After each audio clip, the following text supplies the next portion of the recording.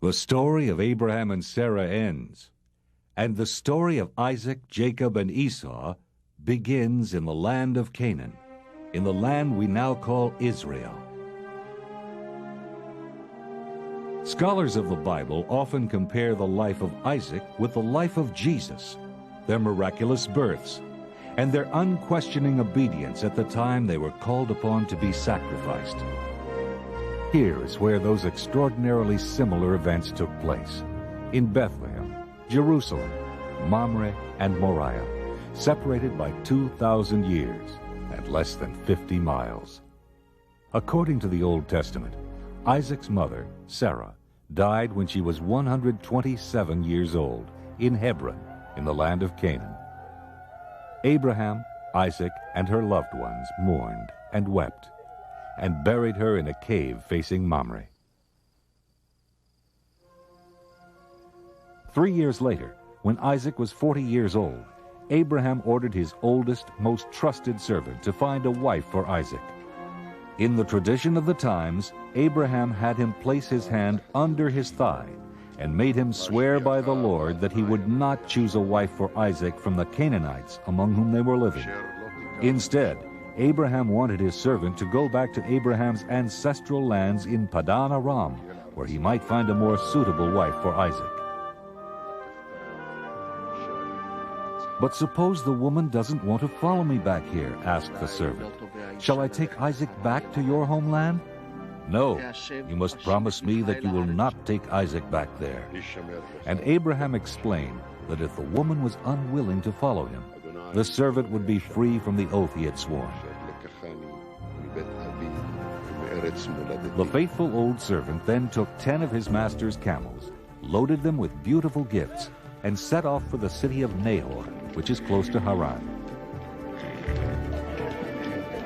He reached the outskirts of the city toward evening and had his camels kneel down beside the well of water. The women of the town were already out to draw water from the well. The servant prayed, asking for some sign from the Lord that would help him choose a wife for Isaac from among those women. "O Lord," he said, "I am standing here by the spring of water, and the daughters of the townspeople are coming out to draw water.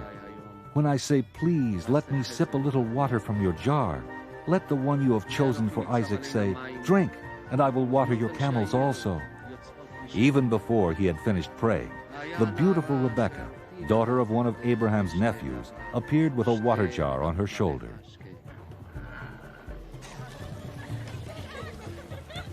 The servant went to meet her and said, "Please let me sip a little water from your jar." He wondered if she was the woman God had chosen to be the wife of Isaac.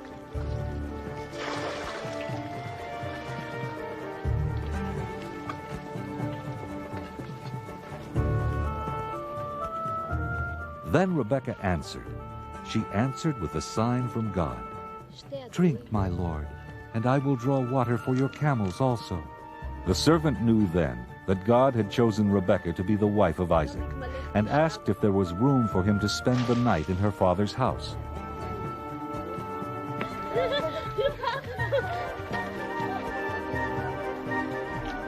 Rebekah ran home and told her brother Laban what had happened.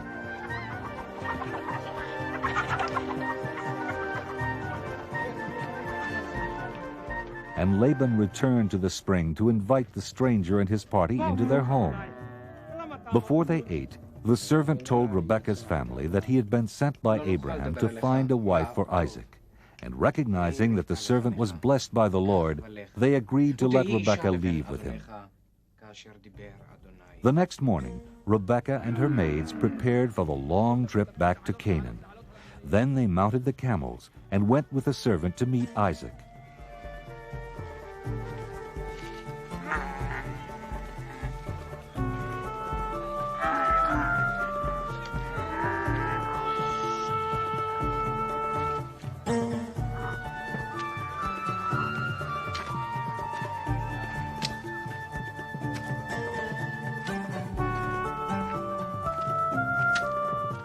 Isaac was settled in the Negev and happened to be out for a stroll in the field.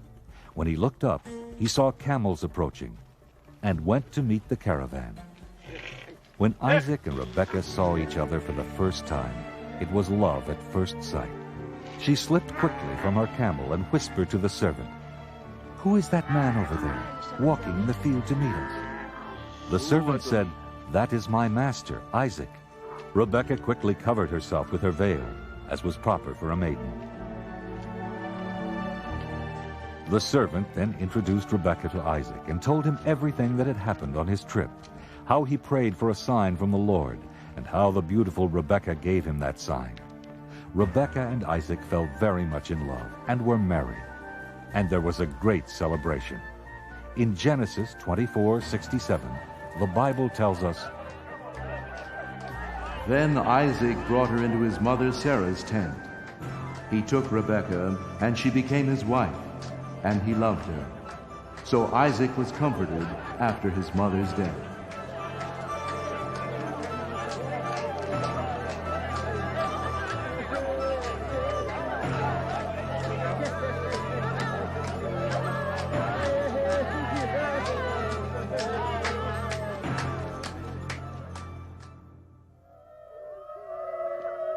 Abraham lived to the age of 175, as the Bible describes him, an old man and full of years. His sons, Isaac and Ishmael, came together for the last time to bury their beloved father in the cave of Machpelah, in the field east of Mamre, where they had buried Sarah. After Abraham died, God blessed Isaac, and Isaac and Rebekah settled at Beer Lahai Roi.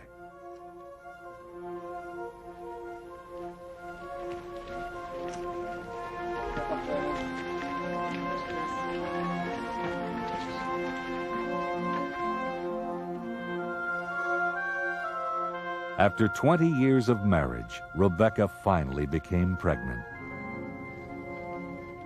Rebekah was having difficulty conceiving a child, but Isaac prayed to the Lord, and the Lord answered his prayer, thereby perpetuating the family of Abraham. Rebekah's pregnancy was extremely difficult. She had conceived twins, and the children within her were scuffling even before they were born. This was distressing to Rebekah, who said, "If it is to be this way, why do I live?" In Genesis 25:23, the Lord explained to Rebekah, "Two nations are in your womb, and two peoples born of you shall be divided. The one shall be stronger than the other. The elder shall serve the younger." And when her time came to give birth, the first twin was born covered in red hair. The second child emerged holding on to his brother's heel.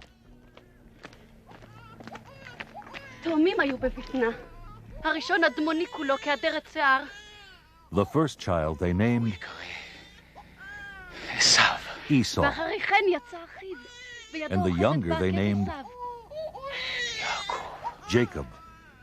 Isaac was 60 years old when his sons were born. As the boys grew, Esau learned to be an outdoorsman and a skillful hunter, while Jacob was more of a shepherd and herder.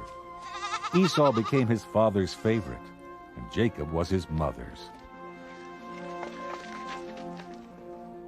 And as the years went by, the brothers grew their separate ways, and when they were young men, something happened that drew them even further apart. One day, when Jacob was cooking a stew, Esau staggered back from the field, exhausted and starving. "Let me eat some of that red stuff, for I am famished," said Esau. And Jacob said, "First, sell me your birthright." Jacob was demanding that Esau turn over to him whatever might become his as Isaac's firstborn. The famished Esau agreed to the sale with the words, "I am about to die. Of what use is a birthright to me?" "Swear to me first," insisted Jacob. And Esau swore to him. Only then did Jacob offer him food, and only later did the full effect of this oath become apparent.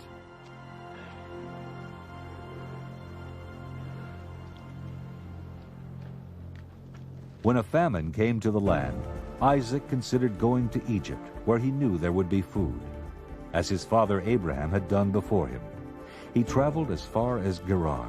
But then Isaac received his first vision.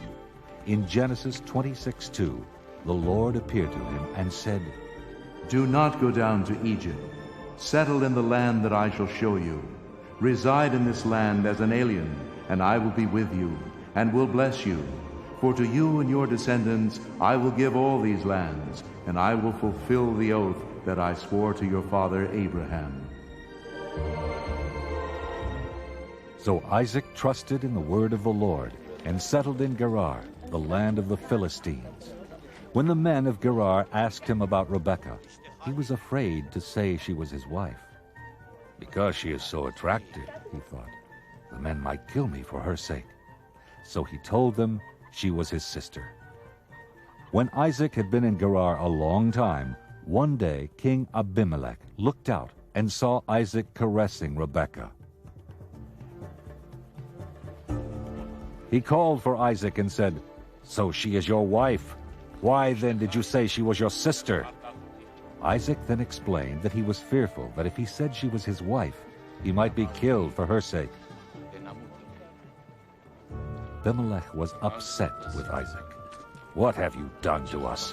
One of the people might easily have lain with your wife, and you would have brought guilt upon us. But sensing the hand of the Lord, Abimelech warned all the people, Whoever touches this man or his wife shall be put to death. The Lord blessed Isaac so abundantly that his crops reaped 100-fold, and he became very wealthy. From there, Isaac went up to Beersheba, where the Lord appeared to him. In Genesis 26:24, the Lord said to him, I am the God of your father Abraham. Do not be afraid, for I am with you, and will bless you and make your offspring numerous for my servant Abraham's sake. In Genesis 27:1, we read of Isaac as old and rather feeble. His eyes were dim so that he could not see. He called to his firstborn and favorite son, Esau, for he wanted to give him his blessing. To understand the full impact of this story, it is important to know that according to ancient belief, blessings or curses were powerful acts because they had the power to produce the intended results. A blessing, once given, could neither be withdrawn nor given to another, for it came from God. Here is where God's prophecy to Rebekah before her sons were born is fulfilled. The elder shall serve the younger. Isaac told Esau to take his weapons and hunt game, and then prepare a savory dish for him before he gave him his blessing. Rebekah overheard Isaac's instructions to Esau and quickly devised a plan so that Jacob, her favorite son, would receive the blessing from Isaac. She told Jacob to choose 2 choice kids from the household flock and bring them to her, so that she might prepare savory food for Isaac. She then explained to Jacob, You shall take it to your father to eat, so that he may bless you before he dies. But Jacob was fearful that his father would see through the deception. Look, he said, my brother Esau is a hairy man, and I am a man of smooth skin. If my father were to feel me, he would know I was Jacob, not Esau, and he'd bring his curse upon me rather than his blessing. Let your curse be on me, she said. Obey my word and get them for me.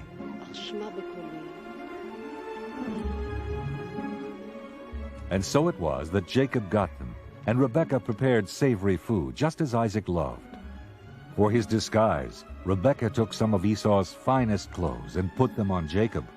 She put the skins of the kids on his wrists and hands, and on the smooth part of his neck.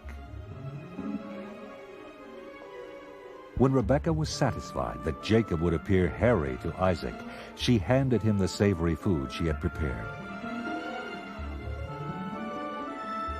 Jacob entered the tent and called to his father. My father, he said. Who are you, my son? Asked the old man. I am Esau, your firstborn. I have done as you told me. Now sit up and eat of my gain, so that you may bless me. Isaac was suspicious. How is it you hunted the game and cooked it so quickly, my son? And Jacob answered, Because the Lord your God granted me success. Come near, that I may feel you, my son, to know whether or not you are really my son Esau."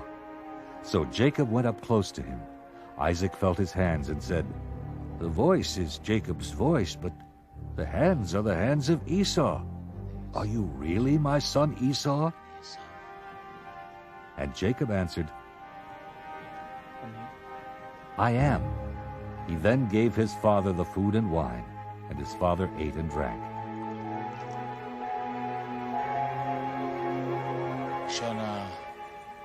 After having eaten, Isaac said to Jacob, "Come near and kiss me, my son." Jacob came near and kissed him, and Isaac smelled the smell of Esau's clothing. And now, convinced he was Esau, he gave Jacob his blessing.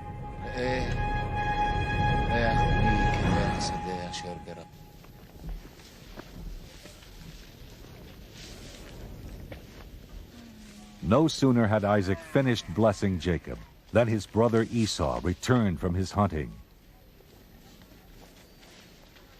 When Esau went in to his father with the food he had prepared, Isaac asked, "Who are you?" Esau answered, "I am your firstborn son, Esau." Isaac then realized he had been deceived, and he asked Esau, "Who was it then that hunted game and brought it to me before you came, and I have blessed him? Yes, and blessed he shall be." When Esau heard his father's words, he cried out with an exceedingly great and bitter cry, and pleaded with his father, "Bless me, me also, father."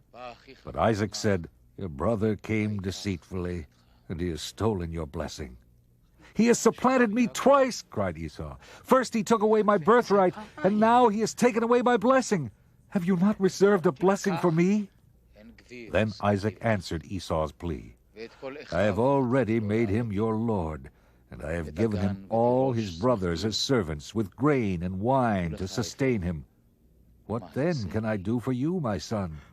"Have you only one blessing?" cried Esau. "Bless me, me also, father." And Esau lifted up his voice and wept. There was nothing Isaac could do. The deed was done, and Esau had lost the blessing he should have received as the firstborn son. Now Esau hated Jacob for what he had done, and Esau vowed that once his father died, he would kill Jacob. Esau's threat reached Rebekah, and she explained to Jacob, "Your brother is consoling himself by planning to kill you." She then instructed Jacob to flee at once to Haran, where he could stay with her brother Laban. "Until Esau forgets what you have done to him, then I will send for you and bring you back from there. Why should I lose both of you in one day?" Then Isaac called Jacob and once again blessed him, and ordered him not to marry any of the Canaanite women, but to go at once to Padan Aram and take one of the daughters of Rebekah's brother Laban as a wife.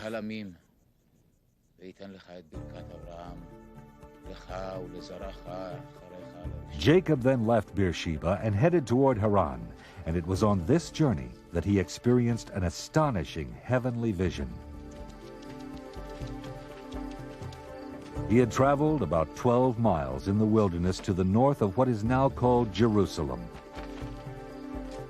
When the sun had set, he chose a place to rest, and he picked up one of the stones for a pillow, put it under his head, and fell asleep.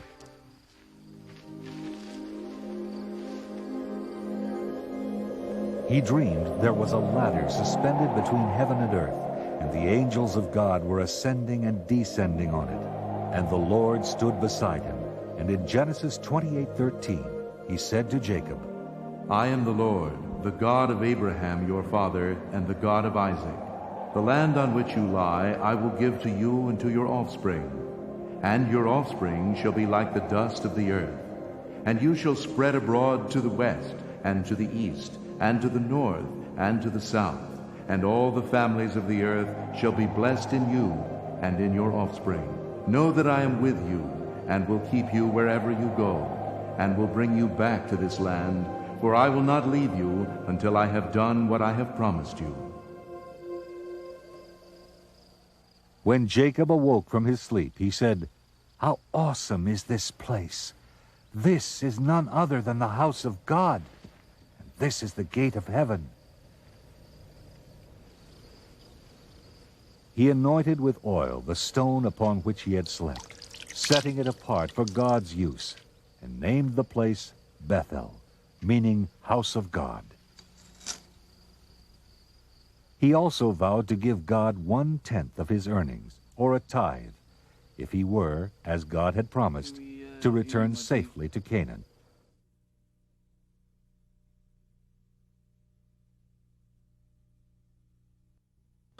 Jacob continued on his journey, and as he came close to Haran, he saw a well in a field, with 3 flocks of sheep lying there beside it.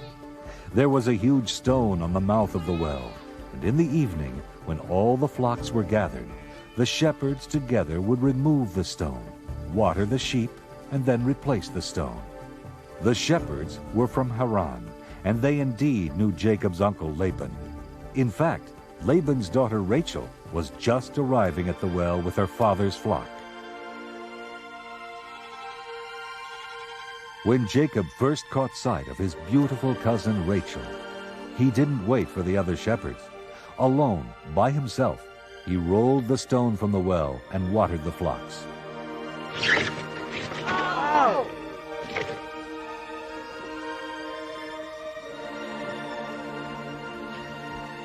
Rachel was immediately taken with the stranger, as he was with her. Could this be the woman from Haran that Jacob would be taking for his wife?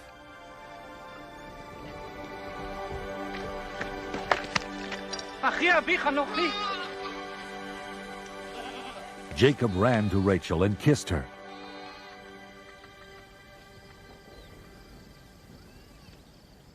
He explained he was her father's relative, and she ran home to tell him.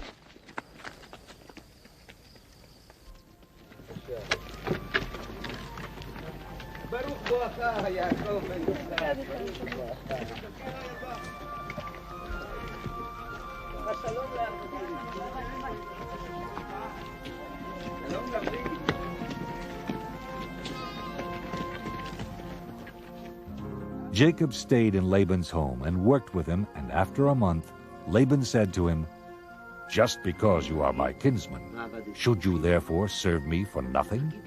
Tell me what your wages should be." Now Laban had 2 daughters. The beautiful Rachel was the younger, and the less attractive Leah was older, and Jacob had fallen in love with Rachel. So he made a bargain with Laban. "I will serve you 7 years for your younger daughter Rachel." And Laban agreed. The 7 years seemed to Jacob but a few days because of his love for Rachel. And after the 7 years had passed, he went to Laban and said, "Give me Rachel as my wife, that I may consummate my marriage with her." Laban agreed and prepared a huge feast.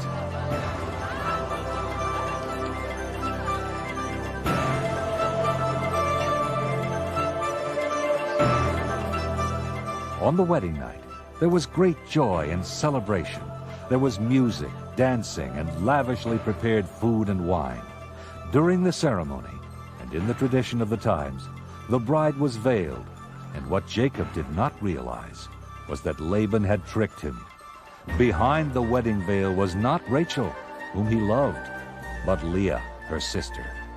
For 7 years, Jacob had dreamed about this day, and he was perhaps the most excited of all who had come to celebrate with him. He ate and drank and danced and partied through the day and on into the night. Not for one moment did Jacob suspect that Laban would deceive him. He had no reason to doubt that he was marrying his first love, Rachel.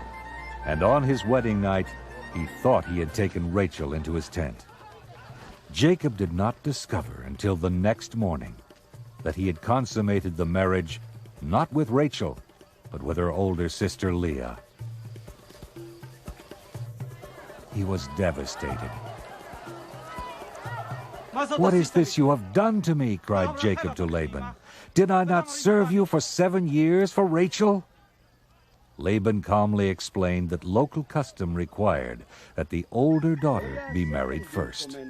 However, he told Jacob if he would finish the bridal week with Leah, he would give him Rachel, if he would serve him for another 7 years.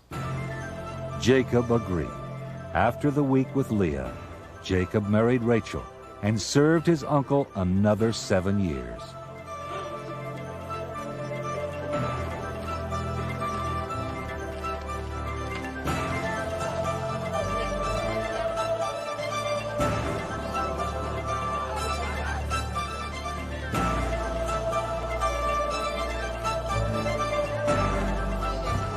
Leah, the unloved wife, proved to be fertile, while the much-loved Rachel did not conceive for many years.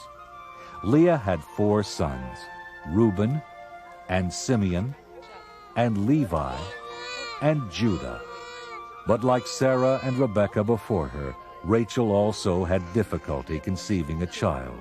Since she failed to bear children, she became envious of her sister and offered her maidservant Bilhah to Jacob, that she may have children through her. Bilhah conceived and gave birth to Dan, and then a second son, Naphtali. And when Leah ceased to have children, she offered her maidservant Zilpah to Jacob. And she bore Jacob 2 sons, Gad and Asher. Leah then bore 2 more sons, Issachar and Zebulun, and a daughter, Dinah. Then, finally, God remembered Rachel. He heard her prayers, and she bore a son, and this child they named Joseph. All told, 11 of the 12 ancestors of the 12 tribes of Israel were born during Jacob's 20 years of exile. Benjamin was yet to be born. After Joseph was born, Jacob spent 6 more years working for Laban. He was awaiting his mother's message that it was safe to return to his homeland, and he wanted to provide for his own household. For his wages, Jacob made an unusual request of Laban. In Genesis 30:31, Jacob says, "You shall not give me anything. Let me pass through all your flock today, removing from it every speckled and spotted sheep, and every black lamb, and the spotted and speckled among the goats, and such shall be my wages." Laban agreed to the bargain, and Jacob left reassured. Once again, however, Laban tried to deceive Jacob. As soon as they parted, Laban had his sons remove every one of those animals from his flock. This time, Jacob realized he was being cheated, and he had to protect himself from Laban and his kinsmen. God was watching over Jacob, however, and he saw to it that despite Laban's underhanded ways, Jacob's flocks grew larger and stronger, and Jacob became prosperous. The more prosperous he became, the more envious Laban and his kinsmen became. In Genesis 31:3, the Lord said to Jacob, "Return to the land of your fathers, where you were born, and I will be with you." Jacob then told Leah and Rachel about his plans to leave Laban. He also told them about a dream he had in which the angel of God said, "I have seen all that Laban is doing to you. Leave this land at once and return to the land of your birth." Trying to avoid a confrontation, while Laban was away shearing sheep, Jacob fled Padan Aram with his wives and children and servants and livestock and all his possessions. Before they left, and unbeknownst to anyone else, Rachel stole her father's household idols, which were precious to him, since they ensured his leadership of the family. She hid them in the saddlebags of her camel.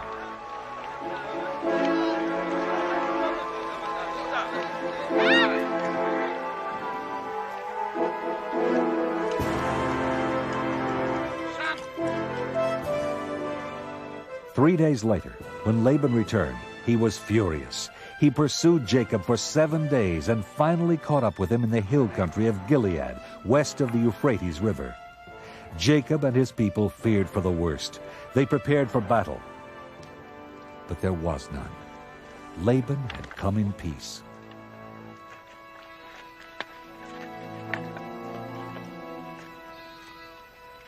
He was not looking for a fight. as much as he was looking for an explanation. Not only was Laban insulted that Jacob had left secretly, not even allowing him to kiss his daughters and grandchildren goodbye, but he was further upset by the idea that Jacob had stolen his teraphim, the images of his household gods. Jacob was indignant at having been accused of stealing the idols. He not only swore he didn't have the idols, but he also promised he would kill anyone found with them. He invited Laban to search the camp.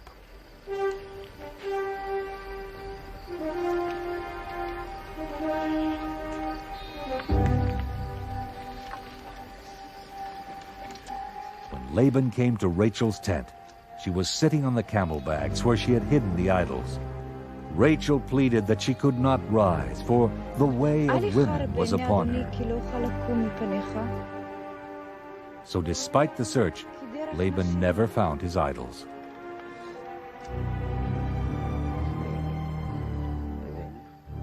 Afterwards, Jacob and Laban made a pact of peace. The following day, Laban kissed his daughters and grandchildren goodbye, and the two men and their parties went their separate ways.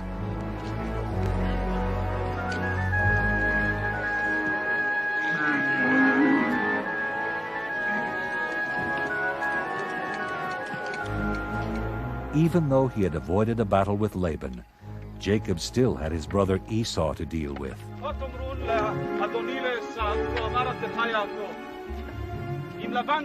He decided to send messengers ahead to Esau in the land of Seir, the country of Edom. He told them to tell Esau that he had been living with Laban as an alien and had been detained there until now.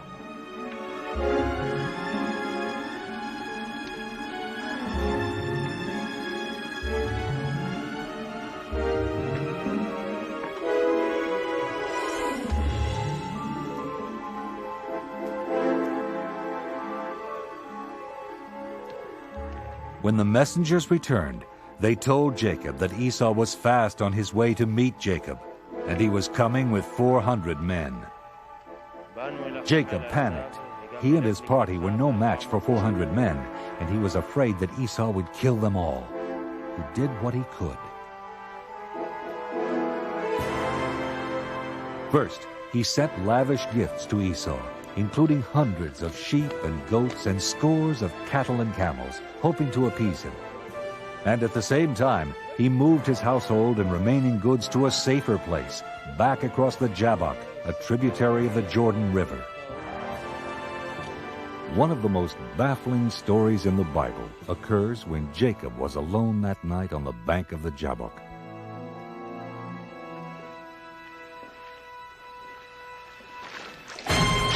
Suddenly, he found himself wrestling in the dark with a mysterious stranger. Religious scholars for generations have debated the significance of this wrestling match. Does it symbolize the Israelites' persistent struggles with the Lord and the divine blessing it earned? Is it the battle every human must undergo with the forces of evil?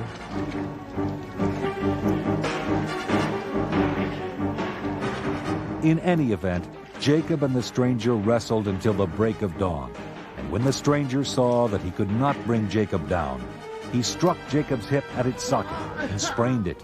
Nevertheless, Jacob eventually dominated the struggle. At daybreak, the man said, "Let me go!" But Jacob replied, "I will not let you go unless you bless me."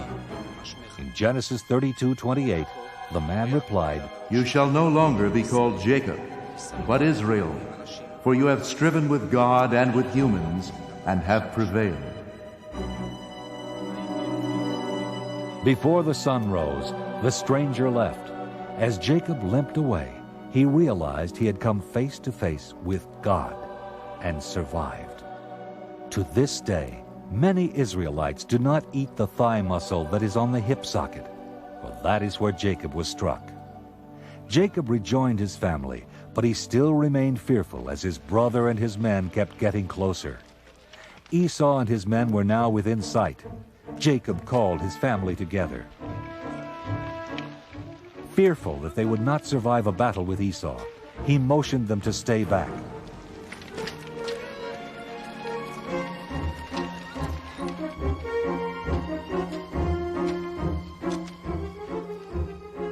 When Esau came closer, Jacob bowed to the ground 7 times. The two brothers, who had not seen each other for over 20 years, approached each other. Jacob's fears of Esau were unfounded, for his forgiving brother ran joyously toward him, embraced him, and kissed him.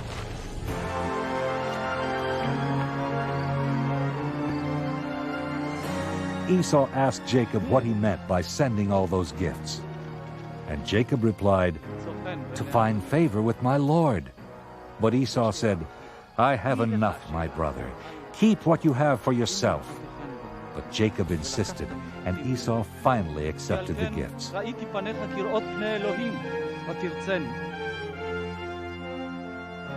That day, Esau returned to Seir.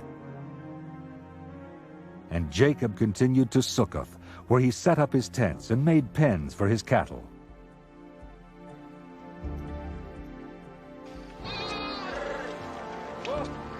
Many years later, Jacob finally arrived safely at Shechem in the Promised Land, the land of Canaan, and he set up camp within sight of the city.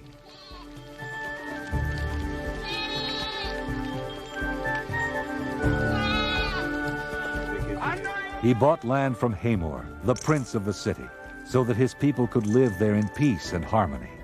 And he set up an altar to the God of Israel.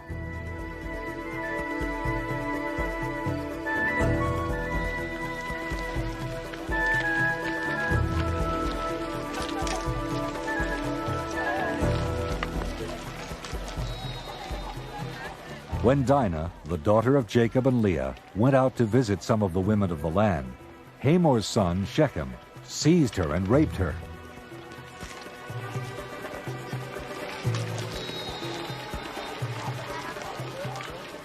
When Jacob heard that his daughter had been defiled, he held his peace until his sons returned home from the fields. When they heard their sister had been raped, Jacob's sons were angered and seethed with indignation. Shechem's behavior was an outrage and could not be tolerated. Hamor tried to appeal to the sons, telling them that Shechem had his heart set on marrying Dinah.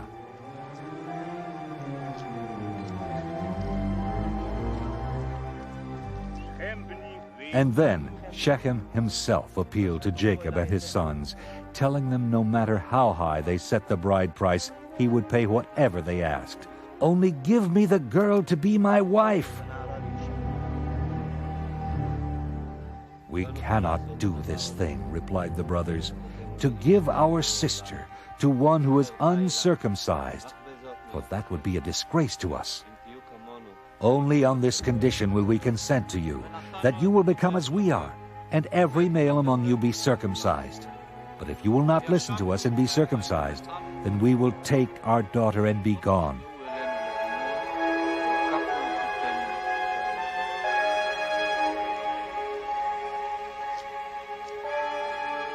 The men of the town agreed with the conditions, and every able-bodied man in the community was circumcised.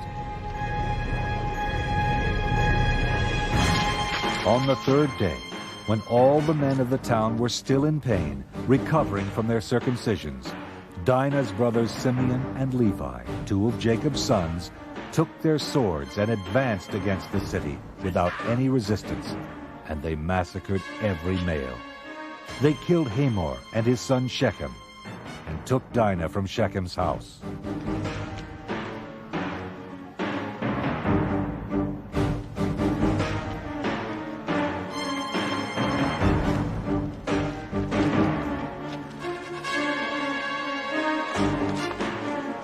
Then the other sons of Jacob followed up the slaughter and continued to sack the city of Shechem.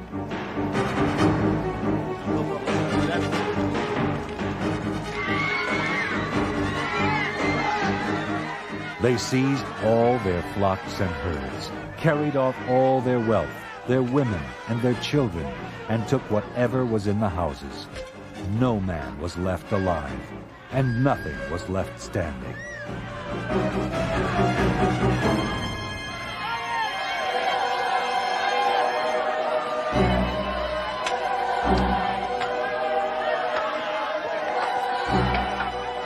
Jacob was gravely disturbed. He told Simeon and Levi they had brought great trouble to him and his family by making him odious to the inhabitants of the land. "My numbers are few," he said, "and if they gather themselves against me and attack me, I shall be destroyed." But the two sons continued to defend their action, arguing, "Should our sister be treated like a whore?"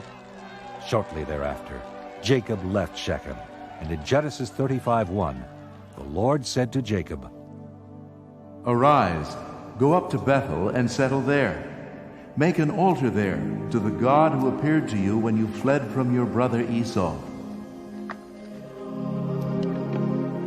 So Jacob and all his people journeyed to Bethel in the land of Canaan. There, on the site of the vision of the angels on the ladder, he restored the altar he had built 20 years earlier. Once again, God appeared to Jacob and blessed him. In Genesis 35:9, God said to Jacob, "Your name is Jacob. No longer shall you be called Jacob, but Israel shall be your name. I am God Almighty. Be fruitful and multiply. A nation and a company of nations shall come from you. The land that I gave to Abraham and Isaac I will give to you, and I will give the land to your offspring after you." Even after all these years, Isaac was still alive, and Jacob decided to visit him. On the journey, Rachel went into labor, not far from Bethlehem, where 2,000 years later, and just a few miles away, Jesus was born.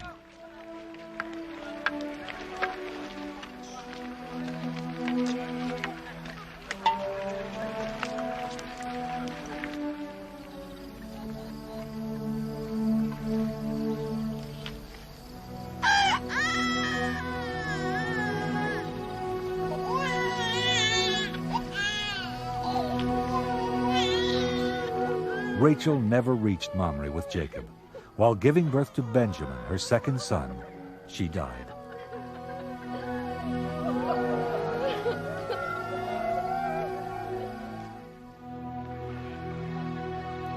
Jacob continued his sad journey.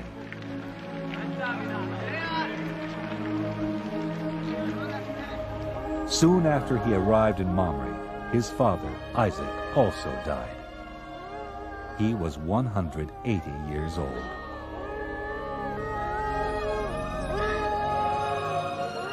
Esau and Jacob, his twin sons, buried him and never saw each other again. Except for his final years, Jacob lived the rest of his life in Canaan. In modern times, the name given him by God reappeared. In 1948, when the Jews of Palestine declared their independence, they named their new state after Jacob. They named it Israel.